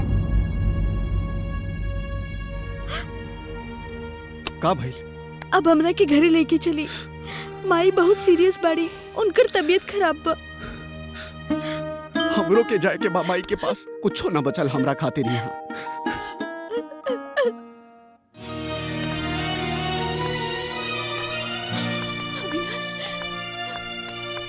अविनाश, हमके माफ कर दे, हमसे गलती हो गई। हमके छोड़ के मत जा अविनाश, प्लीज। हम तरह से माफी मांगता नहीं, हमके माफ कर दे। हेलो। हाँ चाचू, मैं आपके बड़े भाई प्रभाकर का बेटा गोपाल बोल रहा हूँ। दादी की हालत बहुत खराब है। का माई की तबीयत बहुत ज्यादा खराब बा। हाँ, अब जल्दी से आ जाइए। गोपाल बेटा, तू माई के ख्याल रखा, हम अभी आवता नहीं। ठीक है चाचू, हाँ। जल्दी आइएगा। अविनाश,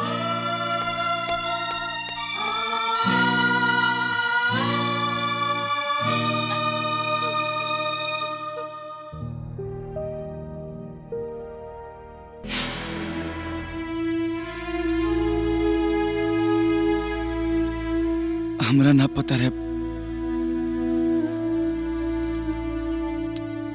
कि हमरा खातिर दादी माँ इतना बड़ त्याग कैले बड़ी। हम वचन देता नहीं बाबूजी, जौन भी अरमान है घर से दादी माँ के जुड़ल बा वो खाली ना जाई। रोवा जौन चाहब तौने हुई।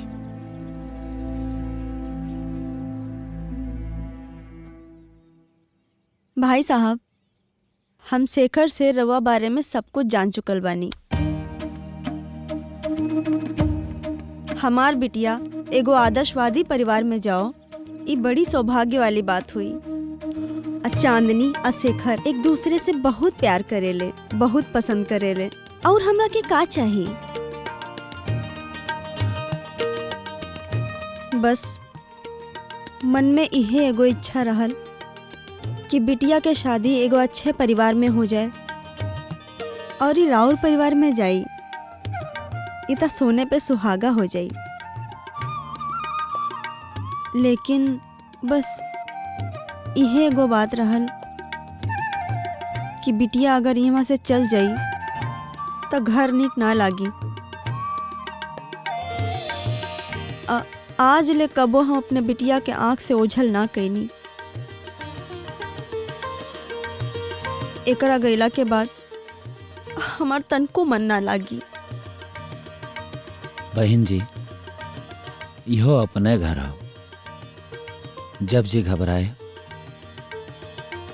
रघुआ शेखर से कह दे वो चांदनी के आपके पास लेके आ जाए। अरे ये 21वीं शताब्दी है, इतना चिंता काहे कैले बानी? सुन के बहुते अच्छा लागल। यही बात पे मुंह मीठा करी।